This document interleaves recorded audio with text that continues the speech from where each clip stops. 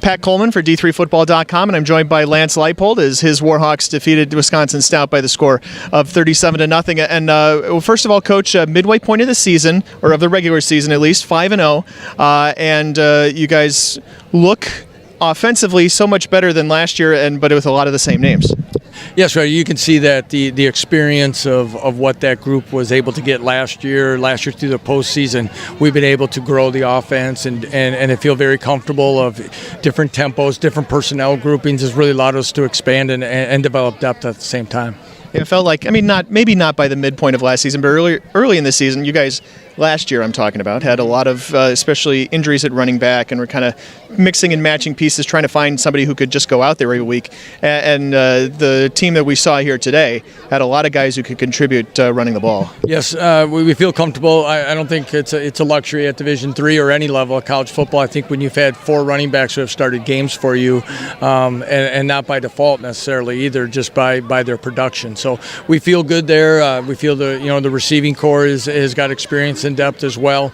Matt Barrett has done an outstanding job. We're getting Chris Nelson some playing time at quarterback and actually getting some linemen to rotate in as well. Well, and I know that you lost Skibba before the season started. I know you've had I think another injury to the offensive line since then. So obviously getting to rotate guys in is good, but some of it probably has been forced too. Yes, we lost Lucas Skibba, an All-American last year in fall camp, and he's had surgery, and looking forward to getting him back next year. Johnny Wiederholt, our starting left tackle for all 15 games last year, was injured a week and a half ago in practice. Johnny was here on the trip, and we're hoping he's closer to getting ready to play. So, but you're right, and some guys have been pressed into duty, but they've responded well, and hopefully when you survive that, Pat, you develop that depth that you hope will help you later in the season.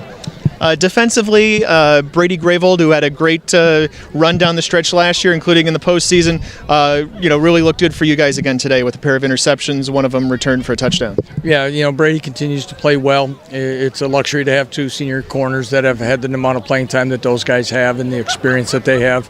The linebacker crew is still young, and they're growing at the job. And I guess, when you get conference play, we always feel strongly about our conference. And when you're able to get some shutouts and things while you're still in conference play, you're hoping that group's doing enough things for you as well. Yeah, I mean, tell me a little bit more about the linebackers, because you guys graduated all the starters, and then, your top 1 or 2 reserves from last year at that position as well. Yeah, for the top 5 to leave the program is tough. Justin Dishler's the experienced one of the group. He's playing in the middle. He's playing really good. He's doing a really fine job for us. Kyle Schiedemeyer, Paul Foster are starting on the outside. Spencer Jock, who's overcome 2 ACL injuries as a senior, is starting to get more reps in as a reserve, and probably going to leave a couple guys out there, but Matt Seitz is a very talented freshman for us, and we're really, as he continues to get his feet on the ground, we're looking for a lot of upside from him as we progress through conference play.